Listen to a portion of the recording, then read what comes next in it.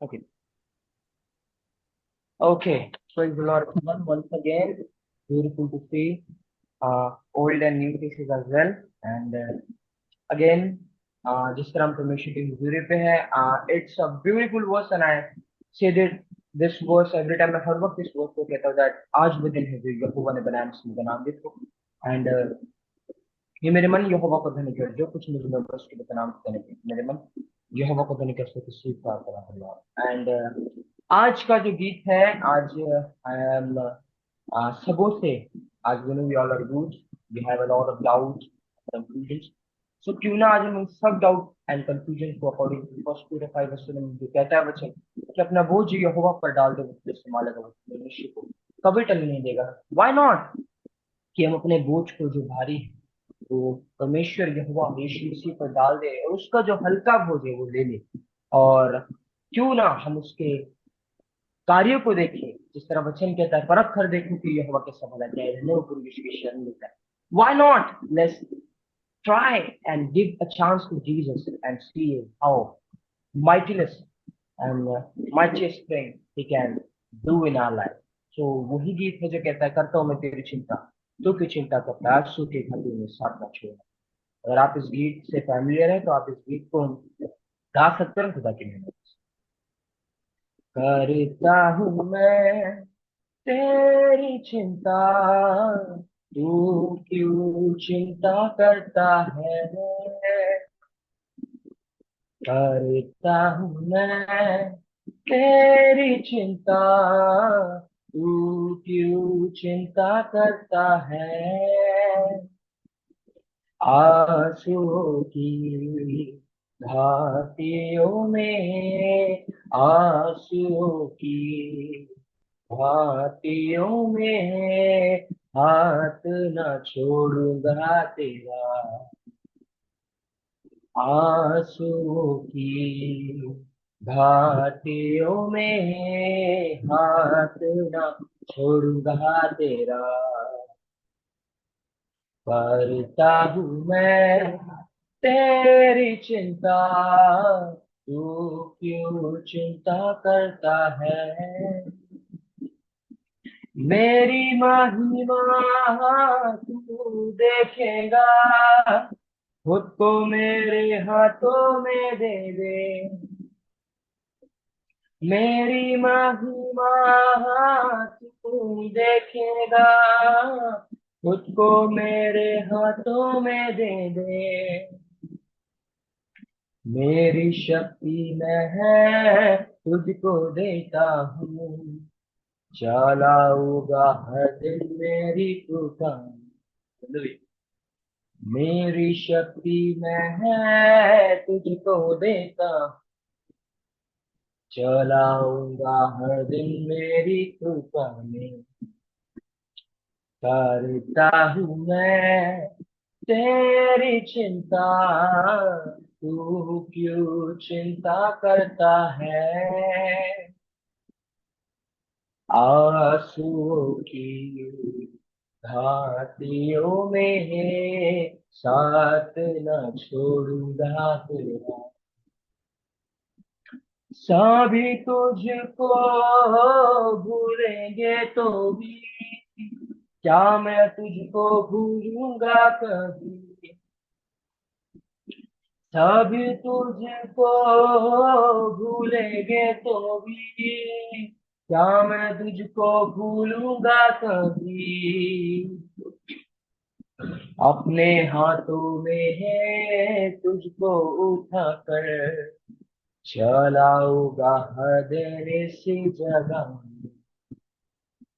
अपने हाथों में है तुझको उठा कर, चलाऊंगा हर दिन इसी जगह.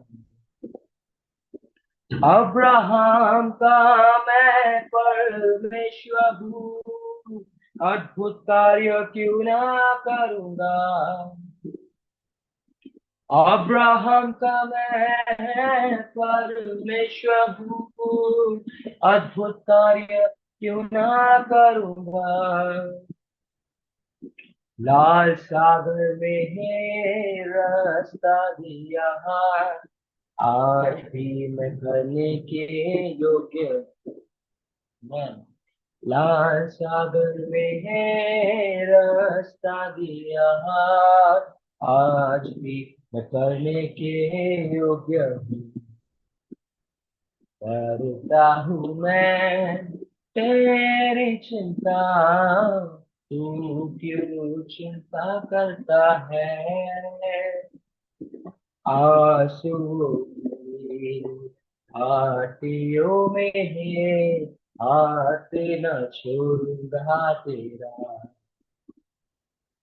आंसू की घाटियों में है, हाथ न छोड़ूंगा तेरा। करता हूँ मैं तेरी चिंता, तू क्यों चिंता करता है। तू क्यों चिंता करता है। तू क्यों चिंता करता है।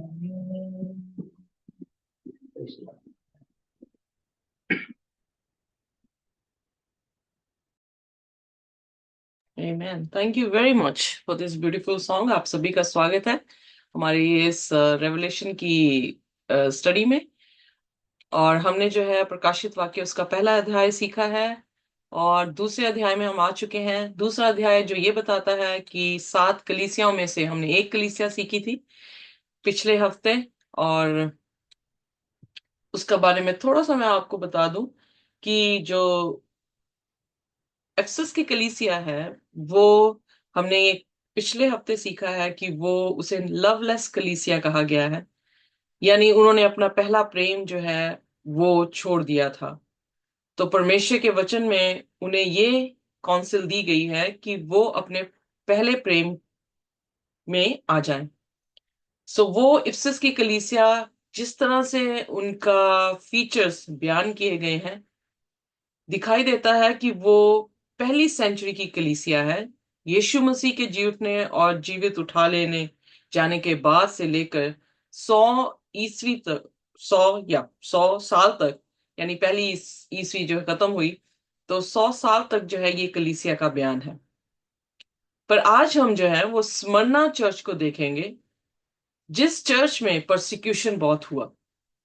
जिस तरह से उसके फीचर्स बयान किए गए हैं या प्रभु यीशु मसीह उसके बारे में जो पिक्चर दे रहे हैं, उससे पता लगता है कि ये स्मरना, स्मरना शब्द का अर्थ है स्वीट स्मेलिंग अरोमा, यानी परमेश्वर के ऑल्टर पर जो है ये बलिदान हुए हैं, ये मार्टर्स रहे हैं। और लगभग 100 एडी के बाद से लेकर 313 एडी तक जो है स्मरना चर्च देखने को मिलता है। क्योंकि स्मरना चर्च में जो विशेषताएं यीशु मसीह बता रहे हैं कि उन पर जो है परसिक्यूशन आई है, तो वो इसी दौरान आई थी, जो सिर्फ कुछ समय के लिए रही थी। सो जो एंजल है, एंग्लोस ओरिजिनल वर्ड है, उसका अर्थ है मैसेंजर, प्रचारक, जो इस दौरान में प्रचारक थे, प्रभु यीशु मसीह का पैगाम दे रहे थे, जो स्मरना में थे। स्मरना जो प्रकाशित वाक्य उसके दूसरे अध्याय उसके 8 से 11 के बीच में हमें देखने को मिलता है, उसके बारे में जो है इस तरह से बयान किया गया है। पर इससे पहले हम कलाम में जाएं, मैं थोड़ी सी हिस्ट्री जो हूं स्मरना की आपके सामने लेकर आती हूँ। इसकी लोकेशन जो है वो 40 मील इफसस की कलीसिया से दूर जो है वो पाई जाती है। ये बड़ा एशिया माइनर का एक शहर था, जो आज के समय में उसे टर्की कहा जाता है, और उसके र्यून्स की पिक्चर आपके पीछे है, आपके सामने है। ये पहला ऐसा सिटी था जिसने ज्यूस करके एक ऑल्टर, जो कि देवता का ऑल्टर था, उसको इरेक्ट किया था। यानी स्मरना, वेल बयान तो बिल्कुल भी नहीं है खुदा के कलाम में कहीं और जगह पे, जैसे इफसस की कलीसिया का बयान है, जिस तरह से हम दूसरी कलीसियाओं को देखते हैं। इवन लाइब्रिसिया की कलीसिया का भी बयान जो है वो बाइबल में पाया जाता है। पर स्मरना का नाम जो है वो बाइबल में एक्सेप्ट रेवलेशन को छोड़ नहीं आता है। इस शहर में जो थिएटर था उसके लगभग 20,000 लोग उस थिएटर में जो है वो रह सकते थे, और ये कमर्शियल सिटी था। माइनर एशिया में। बट इसकी खास बात यह है क्योंकि ये कलीसिया जहां सुसमाचार सुनाया गया, जो मसीह बने थे उन पर परसिक्यूशन आई थी। वेल, ये शहर जो है अपनी खूबसूरती का से माना जाता था या जाना जाता था, क्योंकि इसे क्राउन ऑफ द सिटी कहा जाता था। ये सिटी जो थी वो सेंटर ऑफ मेडिसिन उस टाइम पर भी, और साइंस थी। यहां पर एक खास व्यक्ति है जो कि इतिहास में बड़ा मशहूर हुए हैं, और उनका नाम पॉलीकार्प है। पॉलीकार्प जो थे वो पौलुस के चेले थे। पौलुस जो है वो 100 या पहली ईस्वी में जो है वो शहीद हो गए यीशु मसीह के लिए। उन्हें उनका गला जो है वो काट दिया गया। उसके बाद ये 100 साल के बाद की बात है, जब इवन जॉन रेवलेटर भी जो थे वो नहीं थे। तो पॉलीकार्प जो है प्रभु यीशु मसीह का कलाम आगे लेकर जा रहे थे। स्मरना चर्च कोई भी ऐसी एपिस्टल नए नियम में, जैसे मैंने ऑलरेडी बता दिया है, लिखी नहीं गया है इसका नाम। इस कलीसिया को परसिक्यूशन दिया गया था, और खास करके पॉलीकार्प जो कि स्मरना चर्च का बिशप था, उसे भी जो है वो खत्म कर दिया गया था। वो लगभग 86 साल के थे, और उन्होंने 86 ईयर्स तक यीशु मसीह की सेवा की थी। जब रोमी हुकूमत जो थे कहने लगे कि देखो, जैसे पॉलीकार्प आ रहे थे उनकी तरफ, तो उन्होंने कहा देखो कि ये क्रिश्चियंस का फादर है, he is the father of Christians. तो रोमन्स ने कहा let him be a sweet incense to Caesar. जब मैं इन बातों को देखती हूं तो मैं ये देखती हूं कि परमेश्वर ने जो व्यक्ति नियुक्त किए हैं या जो चर्च नियुक्त किए हैं, वो बड़े स्पेसिफिकली खुदा ने चुने हैं, क्योंकि और भी चर्चेस थे। अगर हम गलेशिया में चले जाएं, अगर हम दूसरी पत्रियों में देखा जाए, तो वो सारी जिन जो पीटर की पत्री भी जो सर्कुलेट हुई है, वो भी उन्हीं जगह में सर्कुलेट हुई है जिसे एशिया माइनर कहा जाता था। तो रेवलेशन में परमेश्वर ने क्यों स्पेसिफिकली स्मरना को उठाया?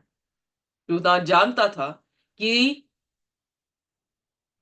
दूसरी ईस्वी में यीशु मसीह के लोगों पर परसिक्यूशन होगी, तो उसके नाम उनकी कामों को जो है वो दिखा रहा था। सो इसलिए प्रभु यीशु मसीह ने दूसरी कलीसिया जो पिक की, वो स्मरना थी।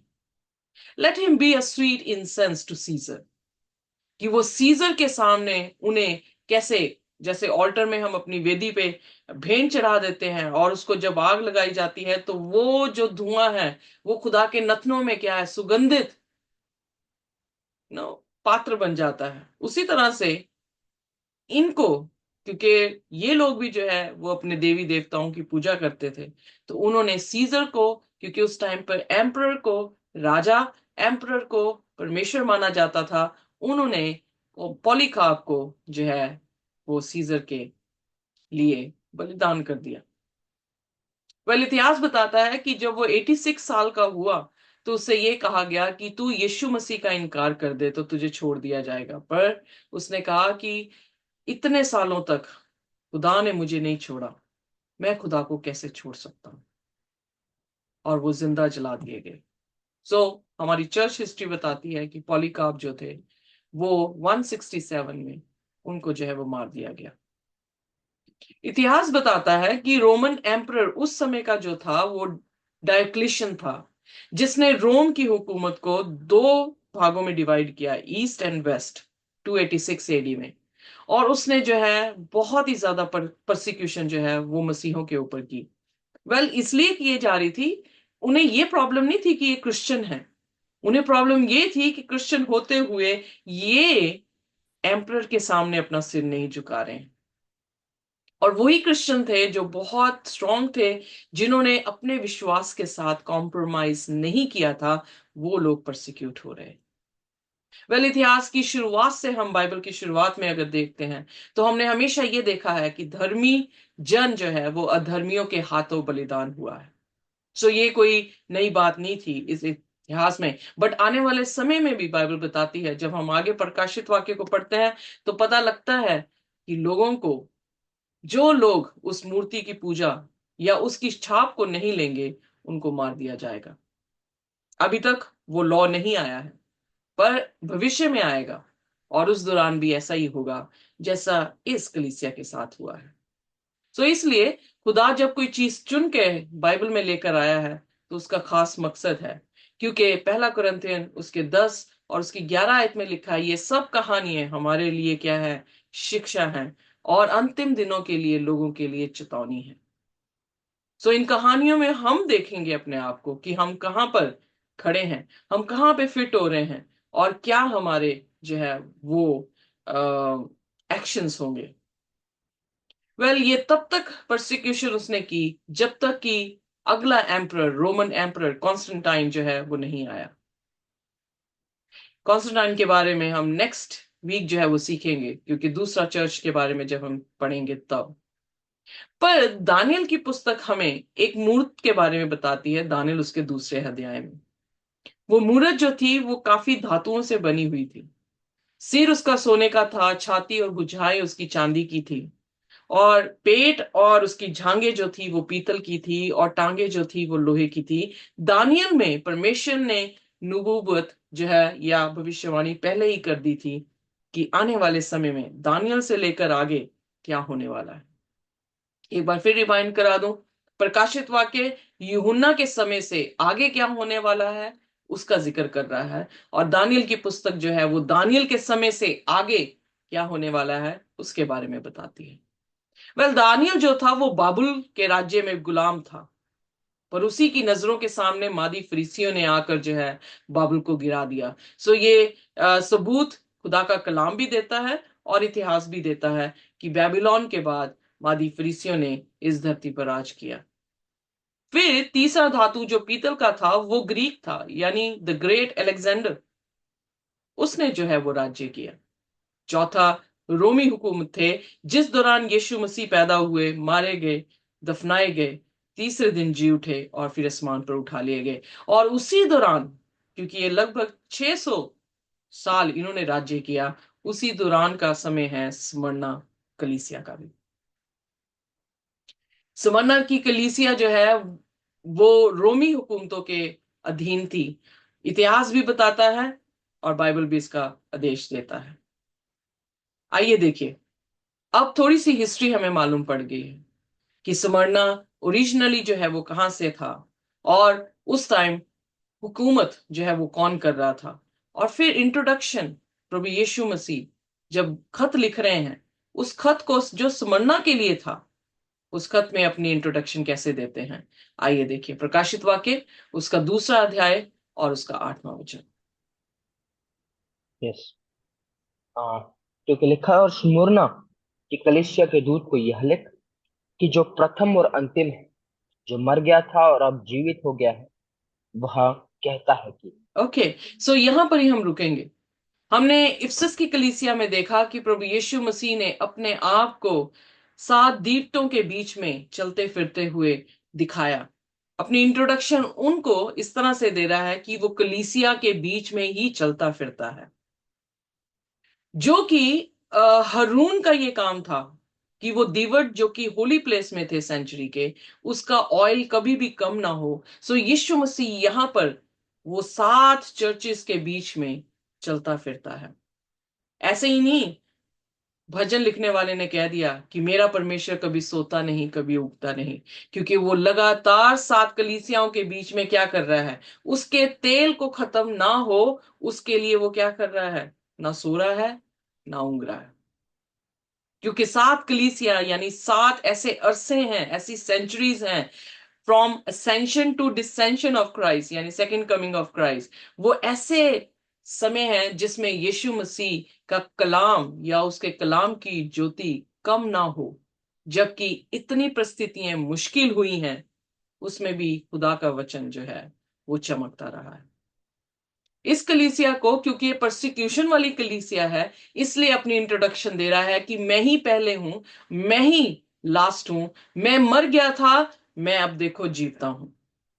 पलूस पहला कुरिन्थियन उसके 15 अध्याय में कहता है, अगर यीशु मसीह मर के ना जी उठता तो हमारा विश्वास प्रभु यीशु मसीह पर व्यर्थ होता, क्योंकि वो मर के जी उठा है, हमारे पास ये आश्वासन है कि अगर हम भी मसीह में मर जाएंगे तो हम एक दिन क्या होंगे, जी उठेंगे। सो उसकी पावरफुल जो इंट्रोडक्शन है इस कलीसिया को, वो ये बताती है कि इस कलीसिया में मृत्यु है, इस कलीसिया में मौत जो है वो आई है। पर उनको आश्वासन देता हुआ प्रभु यीशु मसीह ने कहता है, मैं मर गया था पर देखो मैं अब जीवित हूं। इसीलिए यीशु मसीह मत्ती उसके 11:5 उसके 11 में इस तरह से लिखते हैं, धन्य है वे जो मेरे कारण सताए जाते हैं। और इसलिए फिर 12वीं आयत में क्या कह रहा है कि रिजॉइस, इस बात में क्या हो, खुश हो, क्योंकि तुम्हारा जो रिवॉर्ड स्वर्ग में है वो बहुत ही बड़ा है। सो इसलिए परसिक्यूशन मसीह में लेनी या मसीह के कारण हम पर आए तो हमारा रिवॉर्ड क्या है, बहुत बड़ा है। स्मरणा को भी यही कह रहा है। पर अगर देखा जाए प्रकाशित वाक्य उसके 20 अध्याय उसकी 4 आयत में, आइए मेरे साथ पढ़ दें प्रकाशित वाक्य उसका 20 और उसकी 4 आयत।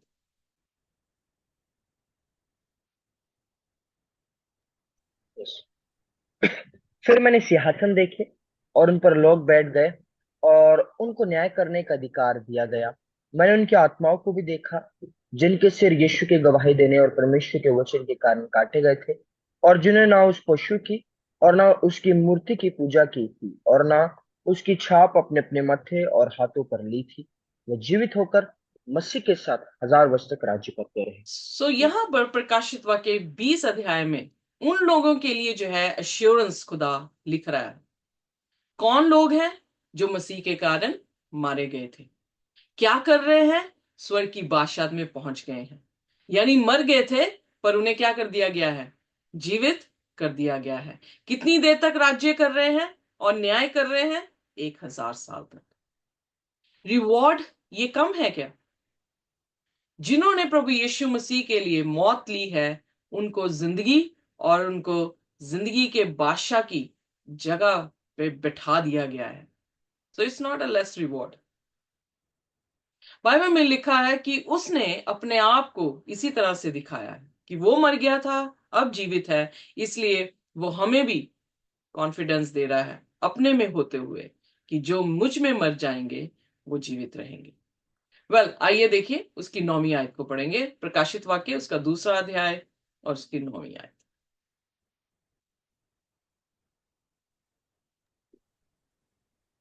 यस। मैं तेरे कलेश और दरिद्रता को जानता हूँ, परंतु तू धनी है, और जो लोग अपने आप को यहूदी कहते हैं और है नहीं पर शैतान की सभा है, उनकी निंदा को भी जानता हूँ। यहां पर परमेश्वर ने जो है एफर्मेशन दी है, क्या दी है, कि मैं तुम्हारे काम को जानता हूं। हम ऑलरेडी देख चुके हैं कोई भी ऐसा काम नहीं है जो खुदा की नजरों से ओझल है या हम कोई चीज छुपा सकते हैं। इसीलिए भजन लिखने वाला कहता, मैं आसमान पे चढ़ जाऊं वहां पर भी तू है, मैं जमीन पे आ जाऊं, जमीन के नीचे चला जाऊं, पानियों में चला जाऊं, वहां पर भी तू है। तो कहां से हम यीशु मसीह से जो है वो छुप सकते हैं? सो ही नोज एवरी वर्क। अच्छे हैं, बुरे हैं, सब काम उसके सामने जो है वो साफ साफ है। फिर उसने कहा, मैं तुम्हारी ट्रिबुलेशन को भी जानता हूं, जो सताहट तुम पर आई है उसको मैं जानता हूं। इसलिए मत्ती की अंजील में लिखा, पत्ता भी गिरता है तो परमेश्वर को उसका इल्म है।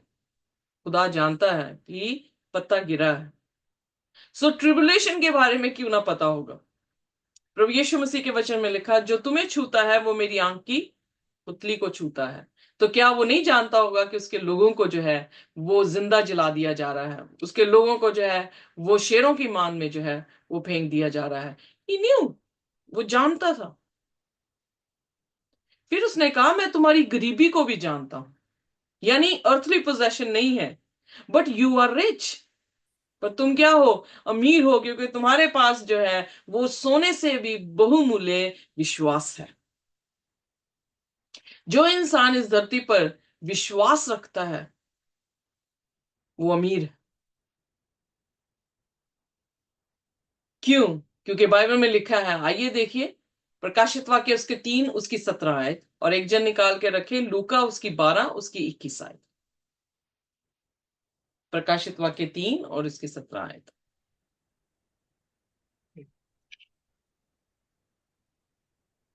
तू कहता है कि मैं धनी हूँ और धनवान हो गया है, और मुझे किसी वस्तु की घटे नहीं, और ये नहीं जानता कि तू अभागा और तुच्छ, कंगाल और अंधा और नंगा है। Amen. सो ये हम्म। लौदीकिया की कलीसिया को खुदा ने कहा। लौदीकिया क्या कह रही है कि मैं अमीर हूं, पर परमेश्वर उसे क्या कह रहा है, तू गरीब है।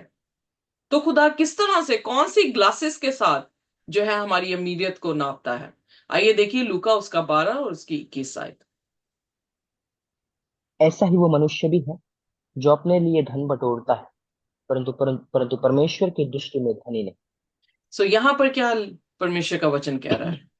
ये वो वाक्य है जिसमें एक एक आदमी के गोदाम जो थे वो भर गए और उसने कहा अब किसी बात की चिंता नहीं है, ऐ मेरी जान खा पी और ऐश कर।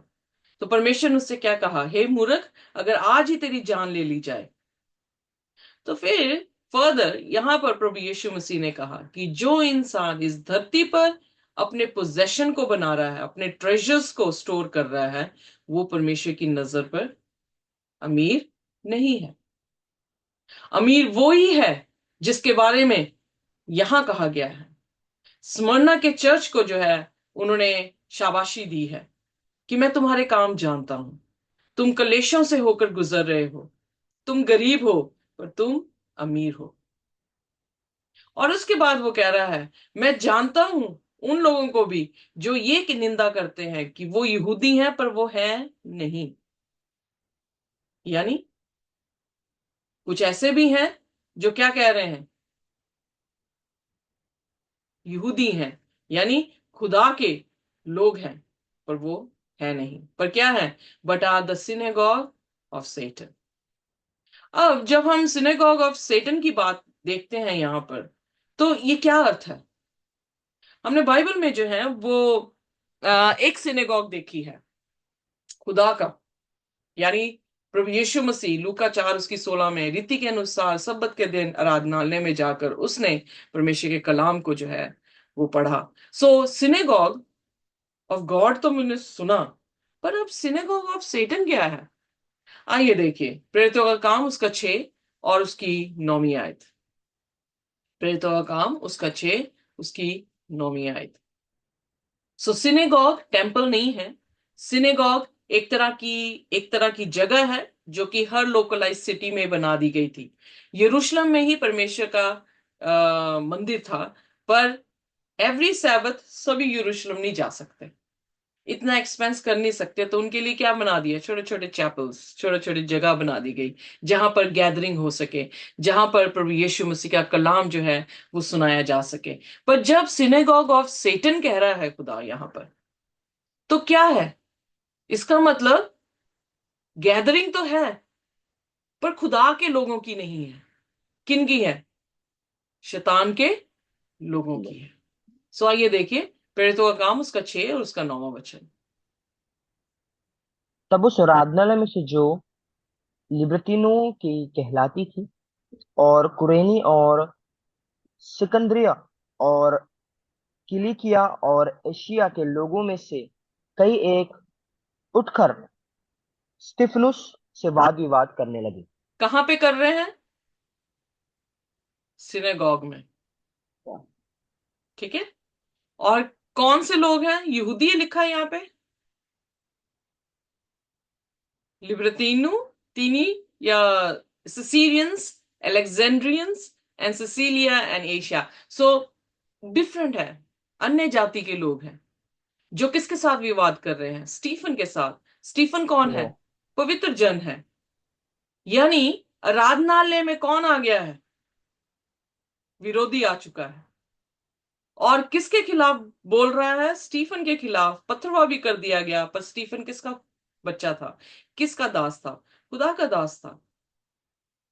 इसीलिए जब वो मरा तो उसने सेम शब्द बोले, हे पिता इन्हें माफ कर क्योंकि ये नहीं जानते कि ये क्या करते हैं। सेम एट्रीब्यूट, फॉरगिवनेस का एट्रीब्यूट स्टीफन के पास था। उसकी आंखें खुल चुकी थी, उसने आसमान को खुला देखा, यीशु को पिता के दाहिने हाथ जो है वो बैठे देखा। सो यानी वो आत्मिक इंसान था। उसके खिलाफत में ये सब तरह के लोग सिनेगोग में बैठकर बोल रहे हैं। सो इतिहास बताता है कि ये सारी जूडाइज्म, हेलेनिज्म और जितनी भी थ्योरीज थी, बिलीव्स थे, प्रैक्टिस थे जो ग्रीक कल्चर के थे, वो सारे के सारे क्या हो गए थे? चर्च में आ चुके थे।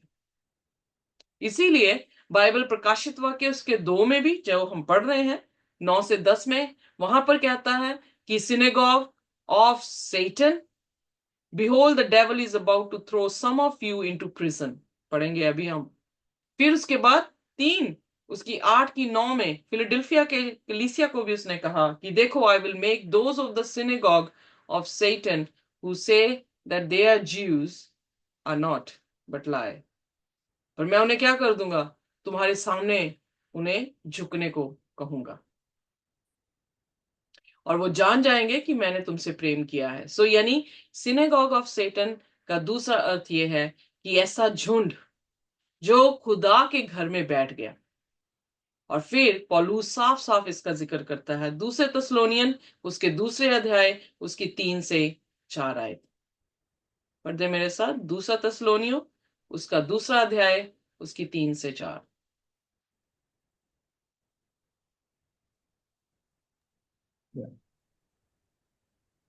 कि किसी आत्मा या वचन या पत्री के द्वारा जो मानो हमारी ओर से हो, ये समझ कर कि प्रभु का दिन आ पहुंचा है, तुम्हारा मन अचानक अस्थिर ना हो जाए और ना तुम घबराओ किसी रीति से किसी के धोखे में न आना, क्योंकि वह दिन ना आएगा जब तक धर्म का त्याग ना हो ले और वह पाप का पुरुष अर्थात विनाश का पुत्र प्रकट ना हो। तो कहां बैठेगा वो? आगे पढ़ दे।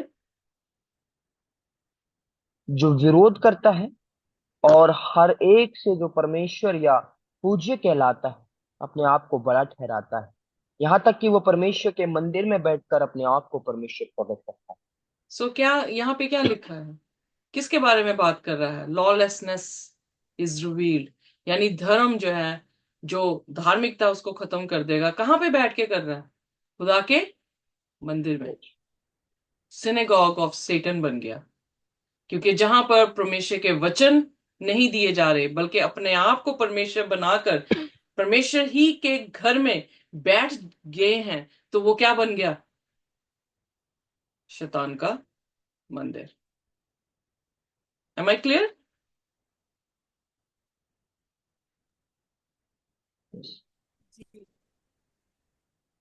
आगे चले।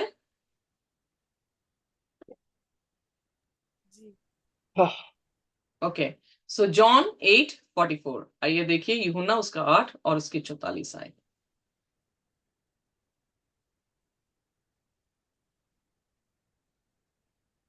जॉन 8:44। जी। तुम अपने पिता शैतान से हो और अपने पिता की लालसाओं को पूरा करना चाहते हो। वह तो आरंभ से हत्यारा है और सत्य पर स्थिर न रहा, क्योंकि सत्य उसमें है ही नहीं। जब वह झूठ बोलता तो अपने स्वभाव ही से बोलता है, क्योंकि वो झूठा है और वो झूठ का पिता है। आमेन। सो किससे कह रहे थे? जीसस। मोआबी लोगों से कह रहे थे? एमोराइट से कह रहे थे? समरना से कह रहे थे? यहूदी लोगों से कह रहे थे। यस। सो खुदा का कलाम उनके बीच में आया, पर उन्होंने कबूल ही नहीं किया। किन के बीच में आया? अपनों के बीच में आया। उसके अपने कौन थे? यहूदी कौम थी, इज़राइल कौम थी, जिसे उसने चुना था, पर उन्होंने ग्रहण नहीं किया। क्यों? क्योंकि वो किसके बन गए थे? वो अपने बाप शैतान के बन गए थे। और इसलिए यीशु मसीह के लिए प्लॉट बनाने लगे किस तरह से यीशु मसीह को खत्म कर दिया जाए। सो अधर्मियों ने हमेशा धर्मी को मारा है। यहां पर भी अधर्मी क्या करने लग गए? यीशु को मारने का प्लॉट बनाने लगे। सो इसलिए हम देखते हैं कि स्मरना में जो है वो सेटन का सिनेगॉग आ चुका था। बट खुदा ने इसको कोई रिब्यूक नहीं दिया। जैसे हमने इफिसस की कलीसिया में देखा कि खुदा ने उनसे कहा कि मैं तुमसे एक बात कहना चाहता हूं कि तुमने अपना पहला प्यार छोड़ दिया है। पर स्मरना को नहीं बोल रहा। इसका मतलब कोई भी ऐसा रिब्यूक या दोष पाया नहीं गया उस कलीसिया में। उस कलीसिया में बहुत सारी चीजें हुई, पर उस कलीसिया ने क्या किया है? उस कलीसिया के लोगों ने अपनी जानें जो है वो दे दी, पर यीशु मसीह का इनकार नहीं किया। फिर उसके बाद कौंसिल करता है। आइए देखिए प्रकाशित वाक्य उसका दूसरा अध्याय और उसका 10वां वचन। जी। जो दुख तुझको झेलने होंगे उनसे मत डर, क्योंकि देखो शैतान तुम में से कुछ को जेल खाने में डालने पर है, ताकि तुम परखे जाओ, और तुम्हें 10 दिन तक कलेश उठाना होगा। प्राण देने तक विश्वासी रहे तो मैं तुझे जीवन का मुकुट दूंगा। आमेन। सो यहाँ पर परमेश्वर ने जो है वो जो सेटन का सिनेगॉग है उसका बताया कि डेविल क्या करेगा। उस सिनेगॉग में बैठे हुए शैतान की औलाद क्या करेगी तुम्हारे साथ? They will put you in the prison. तुम्हें सफर करना पड़ेगा, तुम परीक्षा में से गुजरोगे, और तुम पर कलेश कितने दिन तक आएगा? 10 दिन तक आएगा। अब 10 दिन का मतलब क्या है? आइए देखिए, गिनती 14 उसकी 34 वर्स, 14 उसकी 34 आयत में जो है वो जिक्र है। अकॉर्डिंग टू प्रोफेसी परमेश्वर एक दिन जो है 1 साल के मुताबिक देता है। दूसरी तरह देखें तो पत्रस की पत्री में पत्रस बता रहा है परमेश्वर के लिए एक दिन 1,000 के साल है। पर जब प्रोफेसीज दे रहा है यानी नबूवतें की जा रही हैं, जब वो भविष्य को दिखा रहा है, तो उसने भविष्य को हमेशा एक दिन 1 साल के मुताबिक जो है दिखाया है। So in other words 1 day is equal to 1 year. आइए पढ़ दीजिए मेरे लिए गिनती उसका 14 उसकी 34 आयत। जितने दिन तुम उस देश का भेद लेते रहो, अर्थात 40 दिन, उसकी गिनती के अनुसार दिन पीछे, उस वर्ष अर्थात 40 वर्ष तक तुम अपने अधर्म का दंड उठाए रहोगे, तब तुम जान लोगे कि मेरा विरोध क्या है। सो यहां पर क्या हुआ था? जोशुआ और कैलब और 10 और जन जो है वो कनान देश में गए। 40 दिन रिपोर्ट क्या दी? नेगेटिव। तो खुदा ने उनकी जर्नी कितने सालों की बढ़ा दी? 40 दिन का सफर था, 40 सालों में उन्होंने क्या किया? तय किया। अगर हम इजिकियल उसका 4 और उसकी 6 आयत देखें तो वहां पर भी इसी तरह से जिक्र है। आइए पढ़ दे मेरे साथ इजिकियल 4 and verse 6।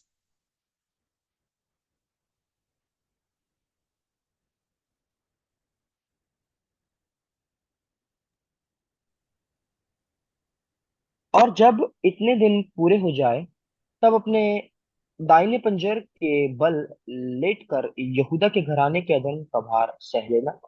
मैंने उसके लिए भी और तेरे लिए एक वर्ष की संति एक दिन अर्थात 40 दिन ठहराई। सो हम देखते हैं कि प्रॉफिट्स को परमेश्वर जो है एक दिन की क्या दे रहा है? इक्वल किसके साथ दिखा रहा है? 1 साल के। उसी तरह से प्रोफेसी के अनुसार जो है एंड और हिस्ट्री ये बता रही है कि डियोक्लेशन ने भी 303 एडी से लेकर 313 तक आतंक मचाया, परसिक्यूशन की चर्च पर, लोगों को मार दिया गया, लोगों के बच्चों के समेत जो है उनको आग में और उनको तलवारों से जो है वो काट दिया गया। कितनी देर के लिए खुदा ने कहा था? 10 दिन। और वो 10 दिन कितने थे? एग्जैक्टली 10 साल। ना उससे कम और ना उससे ऊपर। इतिहास बताता है कि डियोक्लेशियन ने जो है वो परसिक्यूशन की। So it is very clear कि स्पेसिफिकली खुदा ने स्मरणा को चुना ये बताने के लिए कि आने वाला इतिहास, आने वाला जो वाक्य है या आने वाला समय है वो क्रिश्चियन चर्च के लिए कैसा होगा। और उसके बाद खुदा ने उनके साथ प्रॉमिस किया। आइए देखिए क्या प्रॉमिस किया।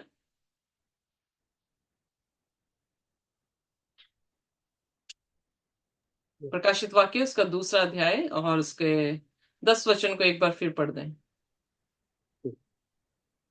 जो दुख तुझको झेलने होंगे उनसे मत डर, क्योंकि देखो शैतान तुम में से कुछ को जेल खाने में डालने पर है, ताकि तुम परखे जाओ, और तुम्हें 10 दिन तक कलेश उठाना होगा।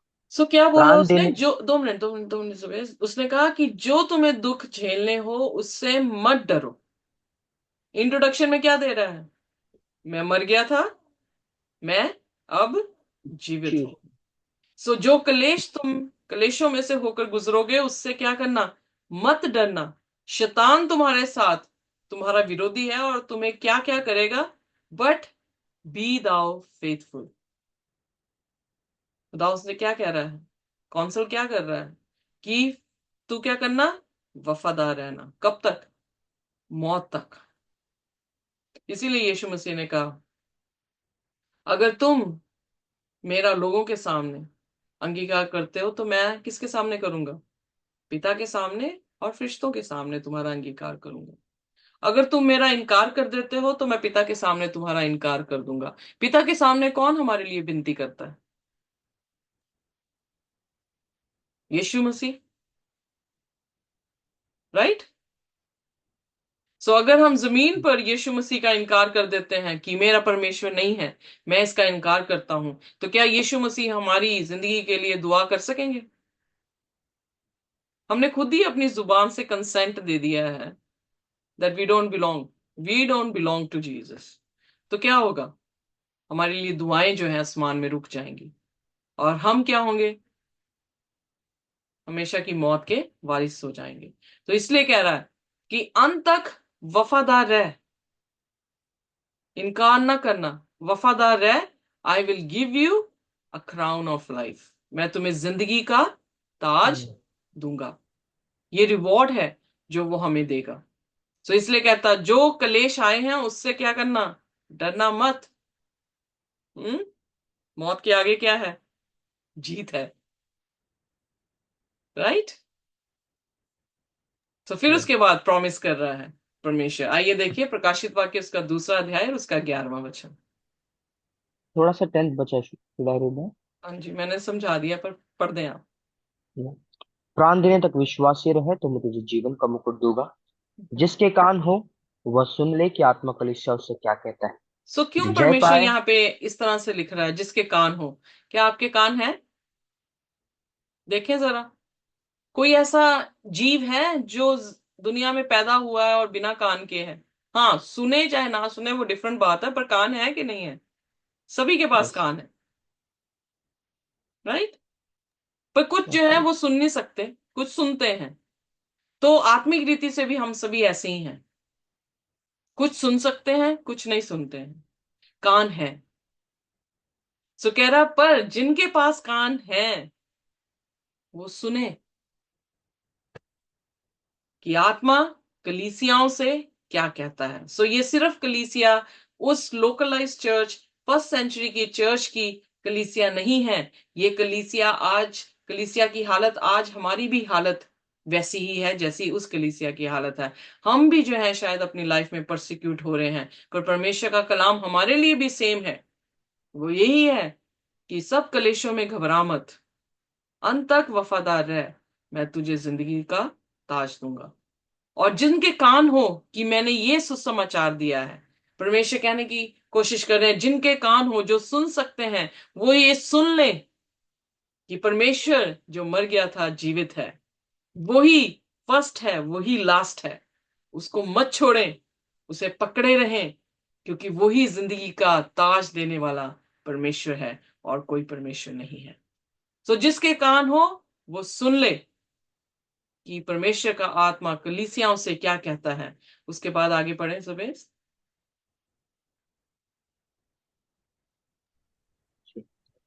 जि, जिसके कान हो वह सुन ले कि आत्मा कलीसिया उससे क्या कहता है। जो जय पाए उसको दुष्ट मृत्यु से हानि ना पहुंचे।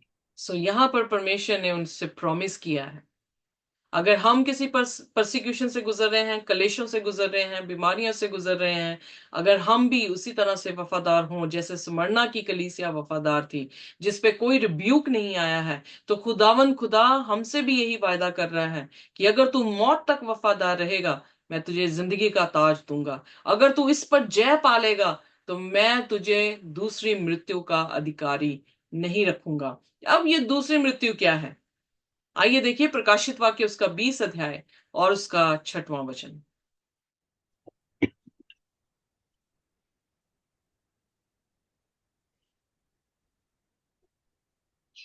धन्य और पवित्र वह है जो इस पहले पुनरुत्थान का भागी है।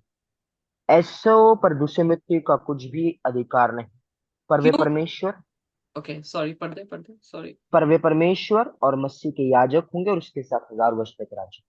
सो यहाँ पर हम देखते हैं जो पहला पुनरुत्थान है, यानी यीशु मसीह की दूसरी आमद, और फिर जो मर गए हैं यीशु मसीह में वो जी उठते हैं। सो वो पहले जी उठेंगे, तो पहली रेजरेक्शन ब्लेसड है, वो पवित्र है, जो पहली रेजरेक्शन में जी उठेगा। और उसके लिए सेकंड डेथ नहीं होगी, क्योंकि उसके बाद उसके ऊपर मौत नहीं है। पर जब हम 20 अध्याय पढ़ते हैं तो हम ये देखते हैं कि जब 1000 साल के बाद परमेश्वर नए यरूशलेम को नीचे लेकर आ रहा है, तब रेजरेक्शन हो रही है विकेट लोगों की। और वो फिर दोबारा से जो है वो अटैक करने के लिए अपनी उसी फितरत में है, क्योंकि वो अपने अपने फलों में पक चुके हैं, कटनी भी हो चुकी है। वो अपने अपने फलों में फिर दोबारा से प्रभु यीशु मसीह की उस शहर को, उन लोगों को जो उसके बीच में है, उन पर हमला करना चाह रहे हैं। और परमेश्वर फिर आग और गंधक से उन्हें हमेशा के लिए क्या कर देगा? खत्म कर देगा। क्योंकि 1000 साल में लोगों को, जो धर्मी लोग हैं, वो न्याय करने के लिए उन्हें बिठाया गया है। किसका? खुदा का? नहीं, जो स्वर्ग की बादशाह तक नहीं पहुंचे थे। एग्जाम्पल, अगर मेरा बच्चा नहीं पहुंच रहा या मैं नहीं पहुंची और मेरा बच्चा चला गया, तो वो कहेगा मेरी माँ तो प्रचार करती रही जीसस, ये स्वर्ग की बादशाह में क्यों नहीं आई? तो किताबें मेरी खुल जाएंगी मेरे बच्चे के सामने, और वो देखेगा कि मेरी माँ ने सचमुच में यीशु मसीह का इनकार कर दिया। और खुदा जस्ट है, उसका न्याय बिल्कुल खरा है। अच्छा, अच्छा अच्छा किया है खुदा ने, क्योंकि मेरी माँ इस काबिल नहीं थी, मुखौटा था, यानी ऊपर से सिखा रही थी पर अंदर से उसका दिल गंदा था। 1000 साल में हम न्याय करेंगे।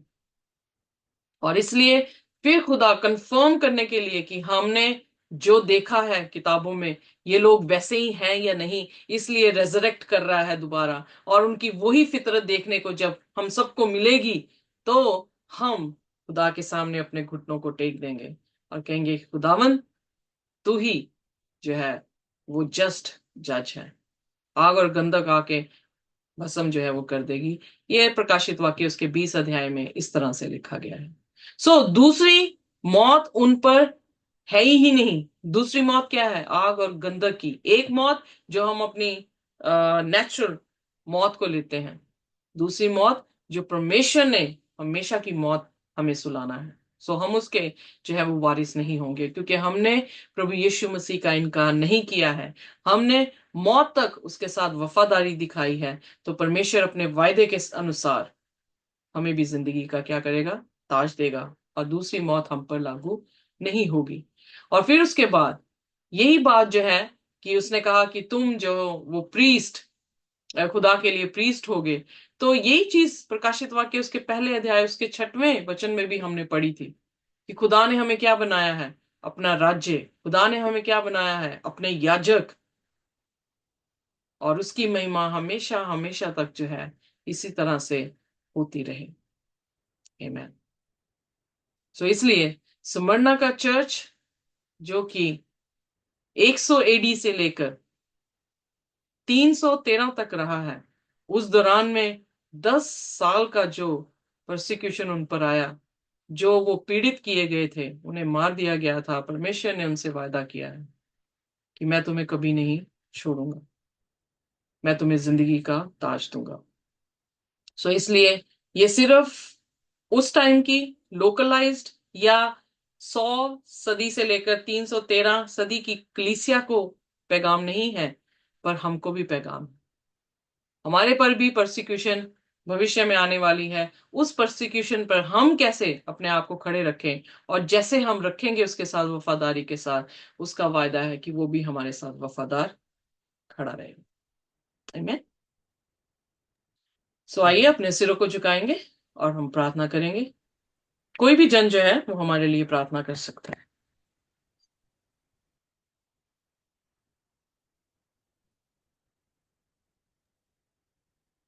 Mr. Parvinder, are you there?